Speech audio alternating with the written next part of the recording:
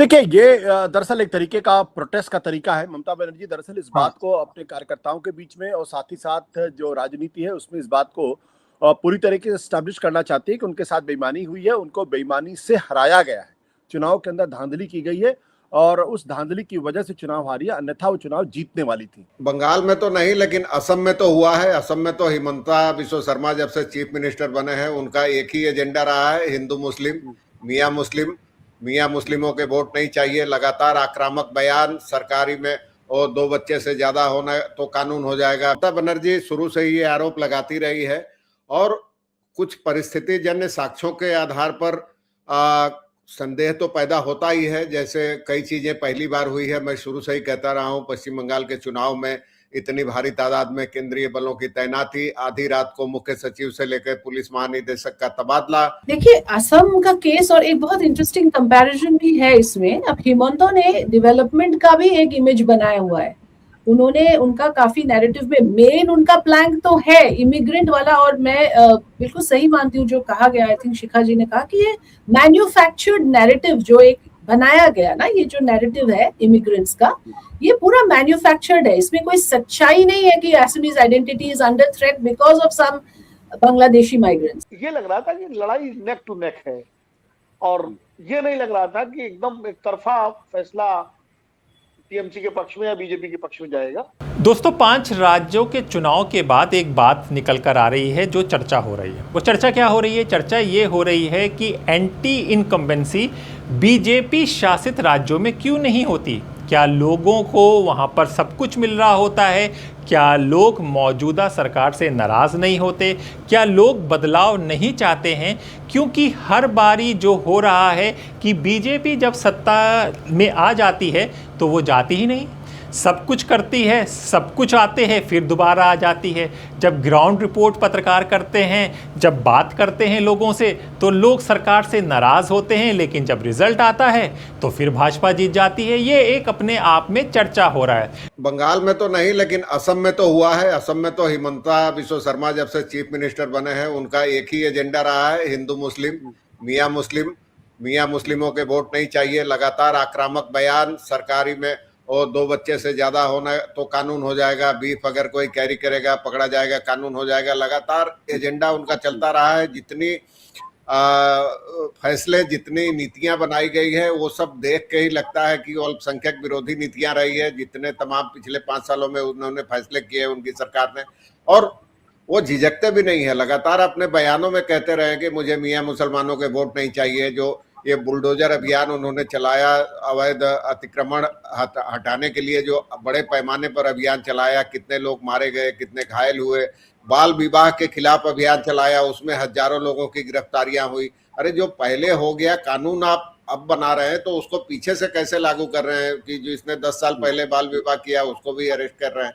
तो हजारों लोगों की गिरफ्तारियां हुई। तो इससे, और वो बताते रहे, लगातार लोगों को नैरेटिव बताते रहे कि स्वदेशी जो हैं, असमिया हिंदू जो हैं खतरे में हैं, असम के जो मूल निवासी हैं वो खतरे में हैं, जो सीमा पार से बांग्ला भाषी मियाँ मुसलमान आ रहे हैं उसके कारण हमारी अस्मिता खतरे में है।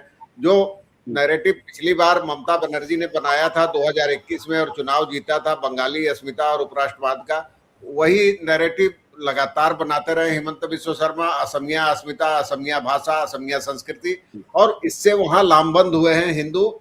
आप नतीजे देखें। और दूसरी सबसे बड़ी कमजोरी है विपक्ष के पास कोई ठोस एजेंडा नहीं होना, विपक्ष का बिखराव। लास्ट मोमेंट में तीनों गोगोई एक साथ आए, पहले से कोई उनकी नीति नहीं थी। AIUDF पिछली बार साथ मिलकर लड़ी थी, इस बार अलग हो गई। तो अल्पसंख्यक जो भी थे वोट बैंक, वो भी बिखराव नजर आया। अब ऊपरी असम में दिक्कत होने की बात कही जा रही थी हिमंता बिस्वा शर्मा और भाजपा को। ऊपरी असम में भी उनका प्रदर्शन बढ़िया रहा है। मैं आ रहा था बंगाल में, एक तो SIR के कारण जो शिखा जी और विनोद जी सब कह रहे थे, मुस्लिम और महिलाओं के नाम काटे गए सुनियोजित तरीके से। हर इलाके में, जिस इलाके में ज्यादा मुस्लिम है वहां ज्यादा नाम कटे। मुर्शिदाबाद में सबसे ज्यादा कटे, उत्तर 24 परगना में सबसे ज्यादा कटे, मालदा में सबसे ज्यादा कटे, उत्तर दिनाजपुर मुस्लिम बहुल इलाका है वहां सबसे मुस्लिम बहुल जिला, वहां सबसे ज्यादा नाम कटे। ये एक चीज थी। दूसरे जो मछली वाला और ये नैरेटिव बनाने के लिए भाजपा नेता मछली खाते नजर आए मंगलवार को, अनुराग ठाकुर से लेकर और बहुत लोग, कि भाई कोई दिक्कत नहीं, बंगाली होगा हमारा मुख्यमंत्री, यहीं का होगा, मछली मांस पर कोई दिक्कत नहीं। अपना नारा भी बदला, जय श्री राम की जगह भाजपा के नेता जय माँ काली के नारे लगाते रहे, बंगाल में झाल मुड़ी खाते रहे। तो ये एक ममता की जो नीतियां थी, जो उनका मूल हथियार था, उसकी काट की कोशिश हुई। और ये आरोप नैरेटिव भी बनाया गया कि हिंदू सुरक्षित नहीं है ममता के राज में।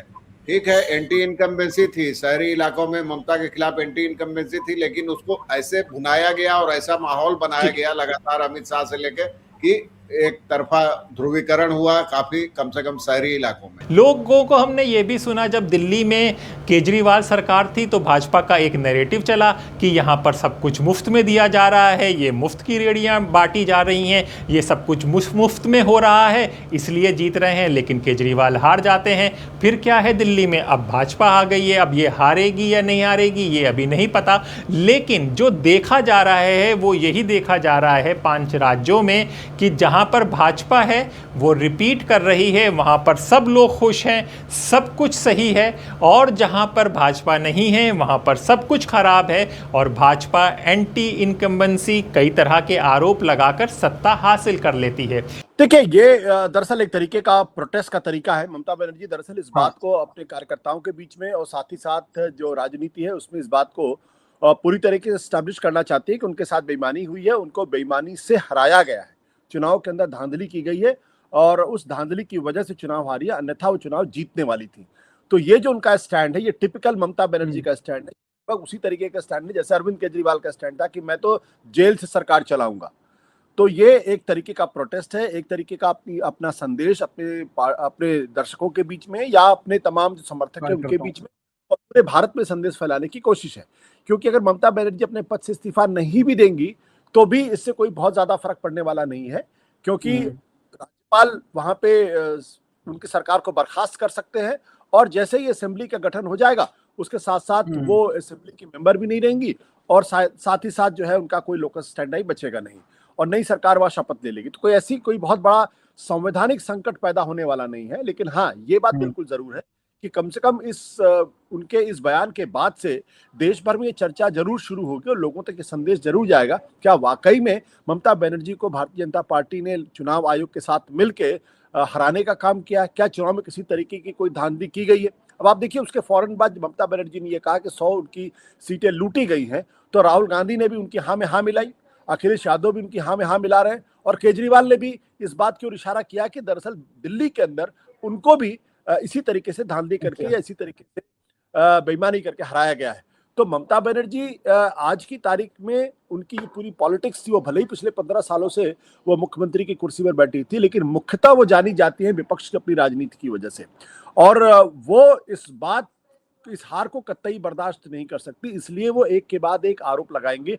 और मुझे इस बारे में किसी तरीके का कोई संदेह नहीं कि आने वाले दिनों में वो इसको एक बड़े आंदोलन की भूमिका के तौर पर भी शुरू कर सकती हैं। और ये भी हो सकता है कि जो पश्चिम बंगाल का ये चुनाव है ये मौजूदा राजनीति में बड़ा टर्निंग पॉइंट साबित हो, क्योंकि राहुल गांधी जिस मुद्दे को पिछले 3 सालों से लगातार उठा रहे, 3 साल नहीं बल्कि जो 2024 का लोकसभा चुनाव उसके बाद से उठा रहे हैं। पहले हरियाणा का सवाल उन्होंने खड़ा किया, फिर उसके बाद कर्नाटक के अंदर उन्होंने सवाल खड़ा किया और उनका ये कहना है कि वोट चोरी हो रही है। प्रेस कॉन्फ्रेंस करके उन्होंने बाकायदा जो तमाम तस्वीरें उन्होंने की, जो डॉक्यूमेंट संबंधित थे वो डॉक्यूमेंट जारी किए, लेकिन चुनाव आयोग ने उसका कोई कॉग्निजेंस नहीं लिया। उल्टे चुनाव आयोग ने राहुल गांधी तक को धमकी दे दी कि आप अगर 1 हफ्ते के अंदर अगर एफिडेविट हमारे जनता से मांगते हैं या एफिडेविट नहीं देते हैं तो फिर यह मान लिया जाएगा कि आप झूठ बोलते हैं। तरीके की बातें की गई हैं। केजरीवाल को हराने के पीछे शीश महल का बात उठाई गई कि वो शीश महल में रहने लगे। अब भाई क्यों आपकी ये जो ममता बनर्जी हैं ये तो शीश महल में नहीं रहती रही, तो इनको कहा गया कि ये मुस्लिमों का समर्थन करती हैं, तो इसलिए इनको जनता ने हरा दिया। अब आइए समझते हैं कि 5 राज्यों का ये जो चुनाव हुआ है इसको कैसे समझा जाए। तो आइए शुरू करते हैं। नमस्कार, मेरा नाम हैदर अब्बास नकवी है और आप लोग मुझको इस वक्त दा स्वतंत्र पर देख रहे हैं। क्या देश की राजनीति बदल रही है? कौन जीता, कौन हारा और क्यों? जी हां, अप्रैल 2026 में हुए 5 राज्यों के विधानसभा चुनाव ने देश की राजनीति को झकझोर कर रख दिया है। पूर्व से लेकर दक्षिण तक सत्ता के समीकरण बदल रहे हैं और सवाल उठ रहे हैं, क्या भारत की राजनीति एक नए दौर में प्रवेश कर रही है? कहानी पश्चिम बंगाल से शुरू करते हैं। सत्ता परिवर्तन या लोकतंत्र पर सवाल। पश्चिम बंगाल में इस बार सबसे बड़ा राजनीतिक उलटफेर देखने को मिला। बीजेपी ने यहां ऐतिहासिक जीत दर्ज की, लेकिन इस जीत के साथ कई गंभीर आरोप भी जुड़े। करीब 90 लाख वोटरों के नाम हटाने का दावा, लगभग 12% मतदाता सूची से गायब, लॉजिकल डिस्क्रिपेंसी के नाम पर लाखों लोगों को वोट से रोका गया। ये संख्या जीत के अंतर लगभग 5% से कहीं ज्यादा है। राजनीतिक एक्सपर्ट का कहना है मतदाता सूची में गड़बड़ी, टीएमसी सरकार के खिलाफ नाराजगी, महिला सुरक्षा और भ्रष्टाचार के मुद्दे, इन सभी को मिलाकर सत्ता परिवर्तन का रास्ता तैयार किया गया। ममता बनर्जी शुरू से ही ये आरोप लगाती रही है और कुछ परिस्थिति जन्य साक्ष्यों के आधार पर संदेह तो पैदा होता ही है। जैसे कई चीजें पहली बार हुई है, मैं शुरू से ही कहता रहा हूं, पश्चिम बंगाल के चुनाव में इतनी भारी तादाद में केंद्रीय बलों की तैनाती, आधी रात को मुख्य सचिव से लेकर पुलिस महानिदेशक का तबादला, 600 से ज्यादा अधिकारियों का तबादला, थानेदार से लेके और चुनाव अधिकारियों का तबादला, तो बहुत सारी चीजें पहली बार हुई है। बम्पर वोटिंग पहली बार हुई है और ममता बनर्जी जो SIR का मुद्दा उठा रही थी, शुरू से ही उसके खिलाफ सड़कों पे उतरी थी। 91 लाख करीब नाम कट गए। हो सकता है उनमें कई वोटर मर गए हों, कई दूसरी जगह शिफ्ट हो गए हों, लेकिन 27 लाख तो ऐसे वोटर थे जो जेन्युइन थे और जिनके बारे में सुप्रीम कोर्ट तक ने कह दिया कि क्या हुआ, अगली बार वोट दे देना, उसमें क्या फर्क पड़ता है। तो ये 27 लाख लोग अगर औसत भी माने तो हर सीट पे 9 से 10 हजार वोटर हैं, तो कई सीटों पे अंतर पड़ सकता था। कई सीटें ऐसी है जहां 10,000 से कम रहा है हार जीत का फासला। तो इन सब चीजों को एक साथ ध्यान में रखें। फिर ममता बनर्जी शुरू से ही आरोप लगाती रही है कि चुनाव आयोग से लेकर और सारे लोग मिले हुए हैं और फर्जी वोट चोरी हो रही है। ईवीएम की सुरक्षा के लिए भी अपनी पार्टी के लोगों से लगातार कहती रही है कि ईवीएम मत छोड़ना, शुरू में दिखाएंगे कि बढ़ रही है बीजेपी, रुझानों में ज्यादा दिखाई जाएगी, हमारी काउंटिंग धीरे होगी, ये सब तमाम चीजें कह रही है। कल भी गई थी, कल भी काउंटिंग सेंटर पे उन्होंने आरोप लगाया कि हमसे धक्का मुक्की की गई, लात मारी गई और अपमान किया गया मेरा। तो आज भी उम्मीद थी वो प्रेस कॉन्फ्रेंस के दौरान की कुछ कहेंगी चुनाव को, लेकिन उन्होंने कहा मेरे इस्तीफा देने का कोई सवाल ही नहीं होता है, हारी नहीं हो। चुनाव आयोग ने उनको जिता भले दिया है, 100 सीटों की लूट हुई है, लेकिन नैतिक रूप से हमारी जीत हुई है, इसलिए मेरे इस्तीफा देने का कोई सवाल ही नहीं पैदा होता है। इस बीच जो ममता का इलाका है, वहाँ जो प्रवेश का रास्ता है, मुख्य सड़क, वहाँ बैरिकेड लगे होते थे, वो आज हटा लिए गए। पहले सघन जांच होती थी हर आने जाने वाले की, आज वो नहीं हो रही है। अभिषेक बनर्जी के घर के बाहर से भी सुरक्षा काफी हद तक हटा ली गई है। कमेक स्ट्रीट उनका दफ्तर है, वहां भी भारी सुरक्षा होती थी, वो भी आज हटा ली गई है। और अभिषेक के घर के सामने कई मोटरसाइकिल सवारों ने जय श्री राम और चोर चोर के नारे वगैरह लगाए हैं। कई जगह हिंसा की भी खबरें आ रही है, तृणमूल कांग्रेस के दफ्तरों में हमले हो रहे हैं, तोड़फोड़ हो रही है। तो ये सब लेके ममता ने कहा है कि तमाम लोग समर्थन दे रहे हैं, राहुल गांधी से लेके अखिलेश यादव आज ही आने वाले थे, ममता ने मना किया उनको, कल आएंगे वो यहाँ। बोले सब लोग आ रहे हैं, मैं अब सड़कों पे उतरूंगी और इस अत्याचार के खिलाफ आवाज उठाऊंगी, इस धांधली और चोरी के खिलाफ आवाज उठाऊंगी। सवाल उठता है, क्या ये सिर्फ चुनावी जीत है या लोकतांत्रिक संस्थानों की विफलता? अब असम में चलते हैं। बीजेपी की पकड़ क्यों बनी रही? जी हां, असम में बीजेपी ने अपनी सत्ता बरकरार रखी। इसके पीछे बड़े कारण बताए जा रहे हैं। विपक्ष की जमीनी आंदोलन की कमी, सिर्फ चुनावी उम्मीदों पर निर्भर रहना, डिलिमिटेशन, सीटों का पुनर्गठन का असर। जी हां, नतीजा बीजेपी का वर्चस्व कायम, विपक्ष फिर कमजोर। देखिए, असम का केस और एक बहुत इंटरेस्टिंग कंपैरिजन भी है इसमें। अब हिमंतो ने डेवलपमेंट का भी एक इमेज बनाया हुआ है। उन्होंने उनका काफी नैरेटिव में मेन उनका प्लैंक तो है इमिग्रेंट वाला, और मैं बिल्कुल सही मानती हूँ जो कहा गया, आई थिंक शिखा जी ने कहा कि ये मैन्युफैक्चर्ड नैरेटिव जो एक बनाया गया ना, ये जो नैरेटिव है इमिग्रेंट्स का, ये पूरा मैन्युफैक्चर्ड है। इसमें कोई सच्चाई नहीं है कि Assamese identity is under threat because of some Bangladeshi migrants. ये एक बनावटी चीज है, इसको इलेक्टोरली बनाया गया है, इलेक्टोरल गेन्स के लिए। और it has worked, no doubt about that. But सच्चाई तो यह है, लोग सवाल नहीं पूछते। अब उनको तो पूछना चाहिए कि 2001 से आप पॉलिटिक्स में हैं, आप सरकार में हैं, आप क्या कर रहे थे, कौन जिम्मेदार है अगर सच में माइग्रेंट्स आ रहे हैं इतने तादाद में, तो आपकी जो सरकार है उसमें कितना आइडेंटिफाई हुआ। एनआरसी का प्रोसेस लोग भूल जाते हैं। 4 साल का एक supreme court monitored process Himanta ने कंडक्ट किया। असम ने पब्लिक मनी यूटिलाइज किए, 1000 करोड़ रुपए खर्चा हुआ। क्या हुआ उसका? वो 19 लाख लोगों को आपने क्यों नहीं रिपोर्ट किया? आप ही के इनिशिएटिव से ये हुआ था। तो बेसिकली कहने का मतलब यह है कि कोई सीरियसनेस नहीं है इलीगल माइग्रेंट्स को हटाने का। वो सिर्फ इलेक्टोरल इशू के लिए उसको यूज करते रहते हैं और उसका फायदा उनको मिला है। Because see this is fear mongering, और हमारे देश में लोग इलिटरेट है, गलिबल है, वो बहकावे में आ जाते हैं लोग। तो कोई फियर स्केयर मॉन्गरिंग ये काम करता है पॉलिटिक्स में। अगर उनको बता दिया जाए कि कल को अपना डेमोग्राफी ऐसे चेंज हो जाएगा कि बांग्लादेशी आके मुख्यमंत्री बन जाएंगे, तो all these things work with the ground level people. अब तमिलनाडु चलते हैं। अभिनेता विजय की एंट्री ने बदल दी राजनीति। तमिलनाडु में सबसे दिलचस्प मुकाबला देखने को मिला। अभिनेता विजय की पार्टी टीवीके ने बड़ा धमाका किया और सबसे बड़ी पार्टी बनकर उभरी। कारण जो बताया जा रहा है, युवाओं और महिलाओं में जबरदस्त लोकप्रियता, डीएमके सरकार के खिलाफ नाराजगी, बीजेपी के साथ गठबंधन से दूरी, डीएमके दूसरे नंबर पर खिसक गई, एआईडीएमके बीजेपी गठबंधन को नुकसान हुआ। ये चुनाव दिखाता है कि नई राजनीति और नए चेहरे अब भी असर डाल रहे हैं। देखिए, 2-3 सच्चाई मैं बताती हूँ। एक तो है 1972 में चुनाव हुई थी। उस वक्त ज्योति बासु, उस वक्त बड़ी तादाद में सेंट्रल सिक्योरिटी फोर्सेस को लगाया गया था। ये कांग्रेस का जमाना था और उस वक्त ज्योति बासु का जो कॉन्स्टिट्यूएंसी था बरानगर, वहां पे वो गए दोपहर के टाइम में, और फिर उन्होंने कहा कि यहाँ पे वोट चोरी हो रही है, यहाँ पे छापा वोट लगाया जा रहा है। तो उन्होंने अपना पार्टी ऑफिस वापस चले गए और वहां से उन्होंने ऐलान कर दिया कि ये वोट अवैध है और हम इसको बॉयकॉट करते हैं। ज्योति बासु ने कहा ये बात जो 1972 में।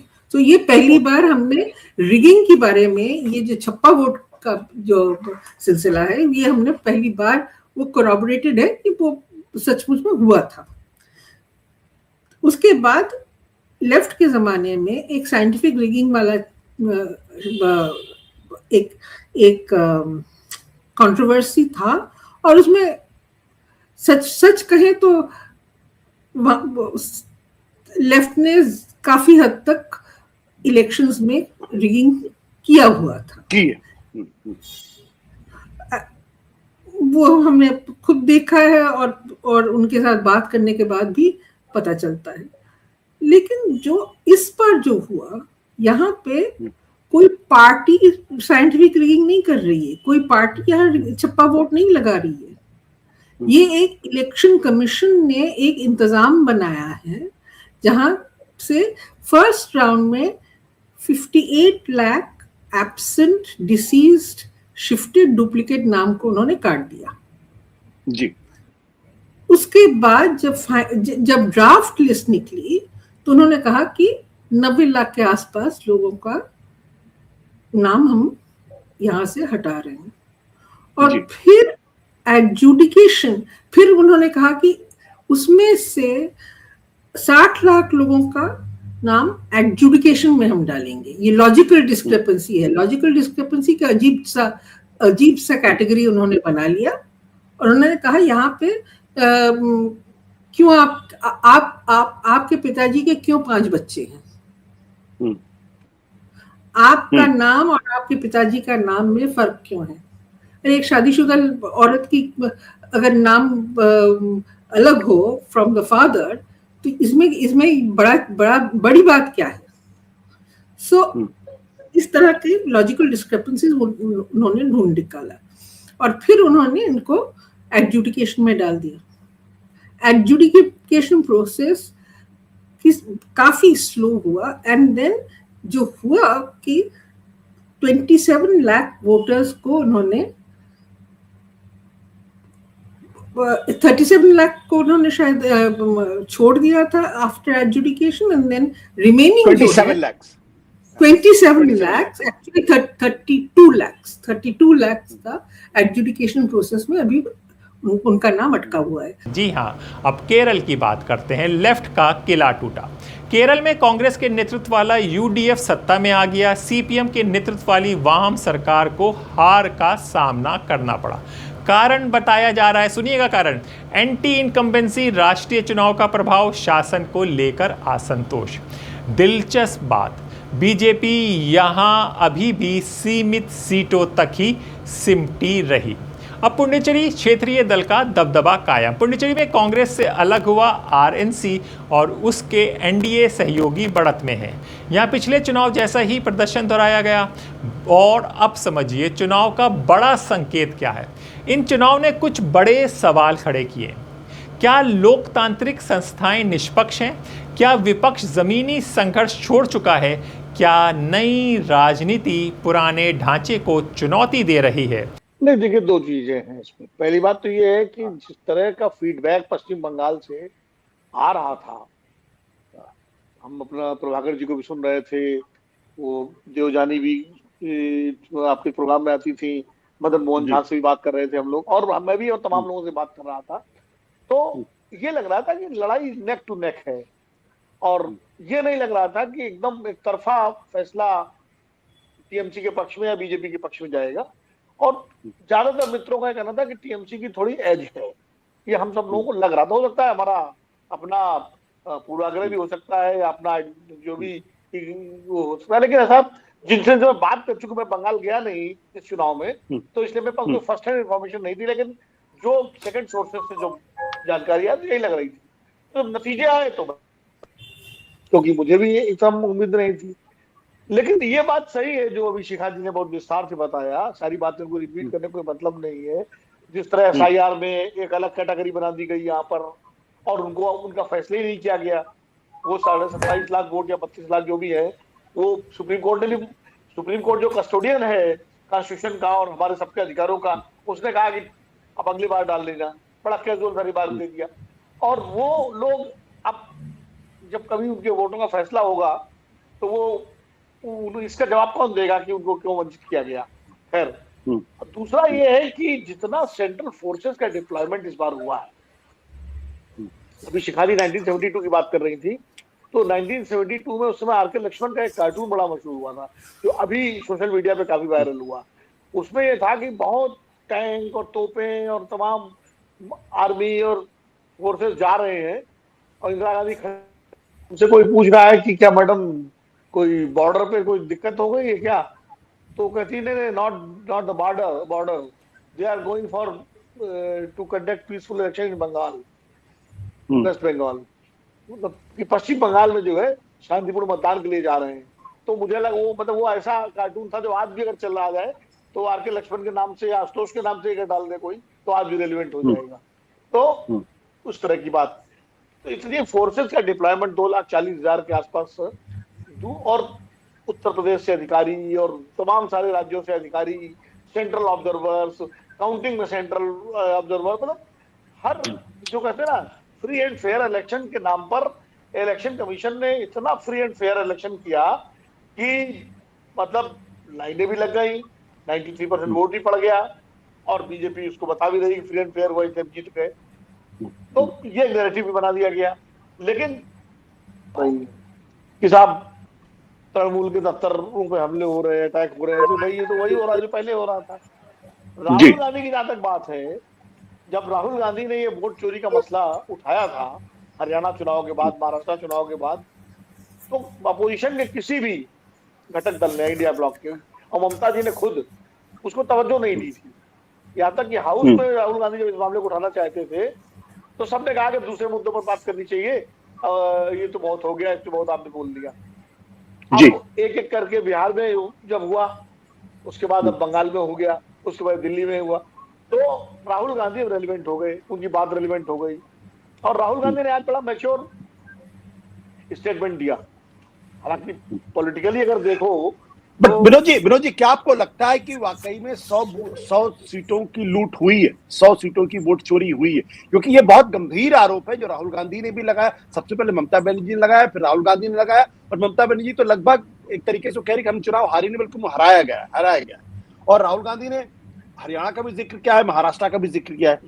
तो जो ये आरोप ममता बनर्जी लगा रही हैं, इस पे एक पत्रकार होने के नाते क्या आपको लगता है कि उनके दावों में दम है और इस बात की जांच होनी चाहिए इंडिपेंडेंट तरीके से? देखिए भाई, मेरे पास कोई प्रमाण नहीं है कि मैं कहूँ कि लूट हो गई है कि नहीं हुई है। लूट हो गई है। ममता जी का आरोप है, ममता जी की पार्टी का आरोप है, और राहुल जी का आरोप है। राहुल जी ने तो 2 प्रेस कॉन्फ्रेंस करके कुछ सबूत देने की कोशिश भी की थी, हरियाणा और कर्नाटक की 2 कॉन्स्टिट्यूंसी का।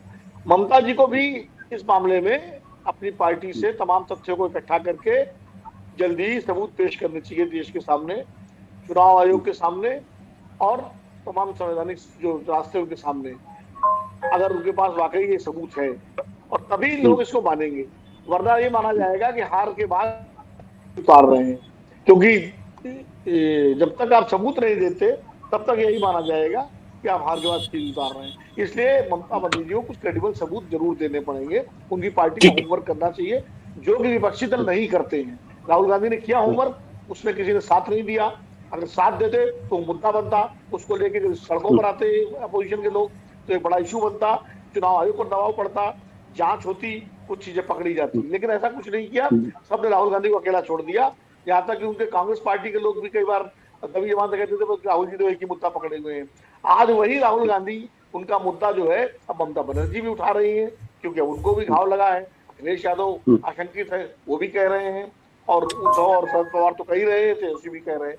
तो कुल मिलाकर के जो अब ये जिम्मेदारी इन सबकी है, खास करके ममता जी की और राहुल जी की, कि वो कुछ क्रेडिबल एविडेंस जनता के सामने कम से कम रखें, ताकि जनता को यकीन हो ऐसा है तो क्यों ऐसा है। लेकिन इतना जरूर है कि जो एक्स्ट्रा ऑर्डिनरी अरेंजमेंट किए गए इस बार चुनाव के लिए, जबरदस्त अरेंजमेंट किए गए, वो अपने आप में एक्स्ट्रा ऑर्डिनरी थे, और इसीलिए शायद एक्स्ट्रा ऑर्डिनरी रिजल्ट भी आए। और राजनीतिक संदेश क्या है इसको भी समझिए। पूर्व भारत में बीजेपी मजबूत, दक्षिण भारत में अब भी सीमित क्षेत्रीय पार्टियां और नए चेहरों का उभार, जनता के मुद्दों पर आंदोलन की कमी। जी हां, जनता क्या चाहती है, ग्राउंड रियलिटी क्या है, इसको समझना बहुत जरूरी है। इन चुनाव ने साफ कर दिया कि सिर्फ चुनावी वादे नहीं, जमीनी काम जरूरी है। जनता अब रोजगार, महंगाई और सुरक्षा जैसे मुद्दों पर वोट कर रही है, और जहां विपक्ष कमजोर है वहां सत्ता पक्ष मजबूत हो रहा है। जी, 2026 के ये चुनाव सिर्फ राज्यों के नतीजे नहीं, ये 2029 के लोकसभा चुनाव की दिशा तय कर सकते हैं। और सबसे बड़ा सवाल, क्या भारत की राजनीति अब संघर्ष बनाम सत्ता की लड़ाई बनती जा रही है? आप क्या सोचते हैं? क्या ये नतीजे लोकतंत्र की जीत है या चेतावनी? कमेंट में ज़रूर बताएं, और अपने दोस्त हैदराबाद नकवी को इजाज़त दें। फिर होगी मुलाकात एक ऐसी ही खबर के साथ। तब तक के लिए नमस्कार।